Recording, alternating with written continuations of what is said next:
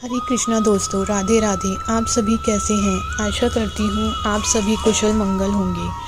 आप सभी का मेरे चैनल कृष्ण दीवानी पर स्वागत है।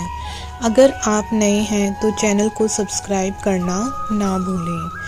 तो पहली वीडियो में हमने रमा एकादशी के बारे में जाना था, तो आज हम रमा एकादशी के व्रत की कथा को जानेंगे। तो आइए जानते हैं। रमा एकादशी के दिन व्रत कथा का पाठ हमें ज़रूर करना चाहिए। कार्तिक मास के कृष्ण पक्ष में पड़ने वाली एकादशी को रमा एकादशी के नाम से जाना जाता है। इस साल 9 नवंबर को रमा एकादशी का व्रत रखा जाएगा। आइए जानते हैं रमा एकादशी व्रत कथा। एक पौराणिक कथा के अनुसार एक नगर में मुचुकुंद नाम के एक प्रतापी राजा थे। उनकी चंद्रभागा नाम की एक पुत्री थी। राजा ने अपनी बेटी का विवाह राजा चंद्रसेन के बेटे शोभन के साथ कर दिया। शोभन एक समय बिना खाए नहीं रह सकता था। शोभन एक बार कार्तिक मास के महीने में अपनी पत्नी के साथ ससुराल आया, तभी रमा एकादशी व्रत पड़ा।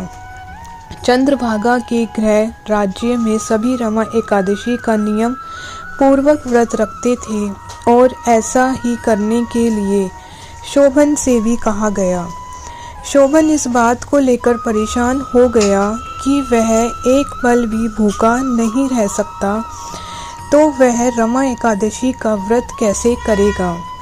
वह इसी परेशानी के साथ पत्नी के पास गया और उपाय बताने के लिए कहा। चंद्रभागा ने कहा कि अगर ऐसा है तो आपको राज्य के बाहर जाना पड़ेगा, क्योंकि राज्य में ऐसा कोई व्यक्ति नहीं है जो इस व्रत के नियम का पालन ना करता हो। यहाँ तक कि इस दिन राज्य के जीव जंतु भी भोजन नहीं करते। आखिरकार शोभन को रमा एकादशी उपवास रखना पड़ा, लेकिन पारण करने से पहले उसकी मृत्यु हो गई। चंद्रभागा ने पति के साथ खुद को सती नहीं किया और पिता के यहाँ रहने लगी। उधर एकादशी व्रत के पुण्य से शोभन को अगले जन्म में मंदरांचल पर्वत पर आलीशान राज्य प्राप्त हुआ।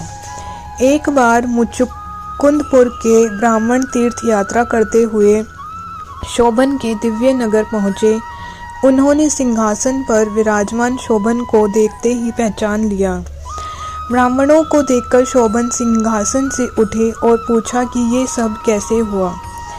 तीर्थ यात्रा से लौटकर ब्राह्मणों ने चंद्रभागा को ये बात बताई। चंद्रभागा बहुत खुश हुई और पति के पास जाने के लिए व्याकुल हो उठी। वह वाम ऋषि के आश्रम पहुंची। चंद्रभागा मंदरांचल पर्वत पर पति शोभन के पास पहुंची।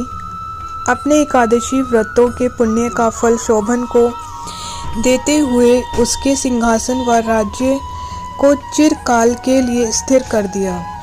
तभी से मान्यता है कि जो व्यक्ति इस व्रत को रखता है वह ब्रह्महत्या जैसे पाप से मुक्त हो जाता है और उसकी सभी मनोकामनाएं पूरी हो जाती हैं।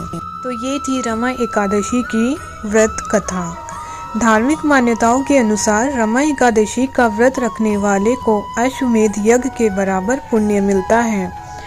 मान्यता है कि रमा एकादशी के दिन व्रत कथा सुनने या पढ़ने से श्री हरि सभी कष्टों से मुक्ति दिलाते हैं और सभी मनोकामनाएं पूरी हो जाती हैं। इसलिए रमा एकादशी के दिन व्रत कथा के पाठ करने या सुनने का विशेष महत्व होता है। अगर आपको वीडियो पसंद आई हो तो लाइक, शेयर और सब्सक्राइब करना ना भूलें। जय श्री हरि, जय श्री कृष्णा, जय श्री राधे।